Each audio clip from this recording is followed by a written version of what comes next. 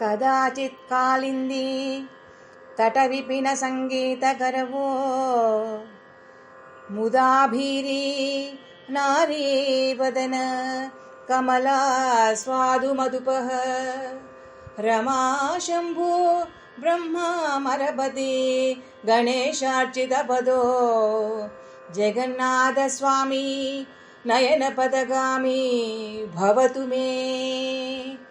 भुजे सव्ये वेणुं शिरसि शिखपिञ्चं घटितटे दुकूलं नेत्रां ते सहचरकटाक्षं विदधते सदा श्रीमद्बृन्दावन वसति लीला परिचयो जगन्नाथस्वामी नयनपदगामी भवतु मे। महाम्भोधे स्थिरे कनकरुचिरे नीलशिखरे वसन् प्रासादां तत्सहज बलभद्रेण बलिना सुभद्रा मध्यस्थः सकलसुरसेवावसरदो जगन्नाथस्वामी नयनपदगामी भवतु मे। कृपापारावाराः सजल जलदश्रेणिरुचिरो रमावाणी रामः सुरदमलपङ्केरुहमुखः सुरेन्द्रैराराज्य श्रुतिगणशिखा गीतचरितो जगन्नाथस्वामी नयनपदगामी भवतु मे।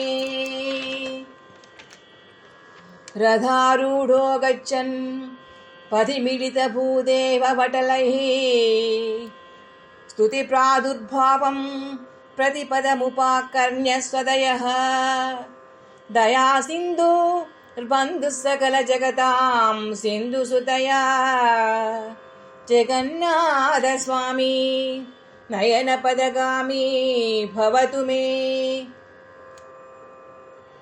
परब्रह्मपीडः कुवलयदलोत्फुल्लनयनो निवासी नीलाद्रौ निहितचरणो अनन्तशिरसि रसानन्दो राधा सरसि वपुरालिङ्गनसुखो जगन्नाथस्वामी नयनपदगामी भवतु मे।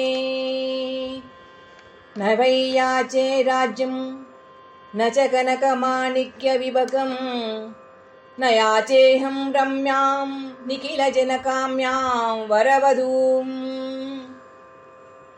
सदा काले प्रमदपतिना गीतचरितो जगन्नाथस्वामी नयनपदगामी भवतु मे। हरत्वं संसारं द्रुततरमसारं सुरपते हरत्वं पापानां विततिमपरां यादवपते अहो दीनो नाथे निहितचरणौ निश्चितमिदं जगन्नाथस्वामी नयनपदगामी भवतु मे। जगन्नाथस्वामी नयनपदगामी भवतु मे। जगन्नाथस्वामी नयनपदगामी भवतु मे। जगन्नाथाष्टकं पुण्यं ह्यः पठेत् प्रेतः शुचिः सर्वपापविशुद्धात्मा विष्णुलोकं स गच्छति इति श्रीमत्शङ्कराचार्यविरचितं जगन्नाथाष्टकं सम्पूर्णम्।